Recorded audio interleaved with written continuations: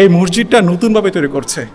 এর আগে যে মসজিদটা ছিল সেটা কিন্তু ভেঙে নতুন করে আজকে 3 বছর যাবৎ এই মসজিদের কাজ চলছে।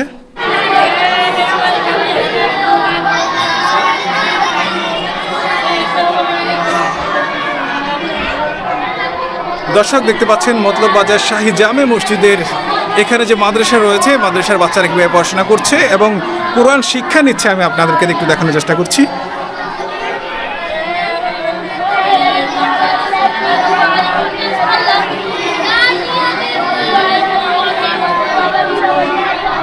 এখান থেকে প্রতি বছর অনেক হাফেজ বের হয় দর্শক, আমি আপনাদেরকে সেটা দেখানোর চেষ্টা করছি। মতলব বাজার শাহী জামে মসজিদের উপরে যে মাদ্রাসাটা রয়েছে, জামে ইসলামিয়া দারুল উলুম কওমি মাদ্রাসা, এটা হচ্ছে হেফজ বিভাগ দর্শক, আমি আপনাদেরকে দেখানোর চেষ্টা করছি।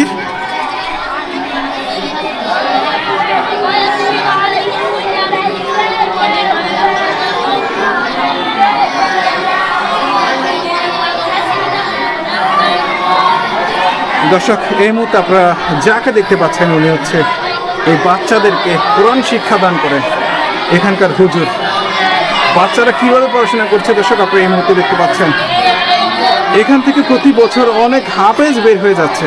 এটা হচ্ছে মতলব বাজারের সব থেকে বড় মাদ্রাসা, এখান থেকে প্রচুর পরিমাণে হাফেজ বের হয়।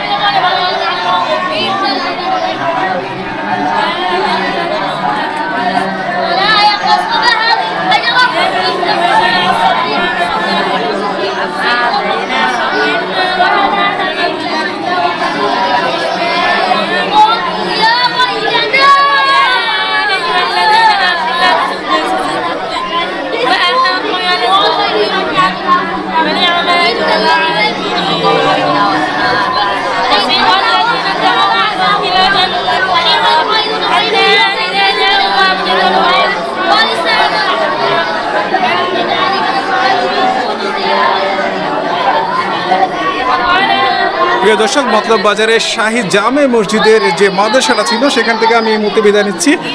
আমি সামনে কি আছে সেটা একটু দেখানোর চেষ্টা করছি দর্শক। 2 তলা থেকে আমি 3 তলার মধ্যে প্রবেশ করছি দর্শক।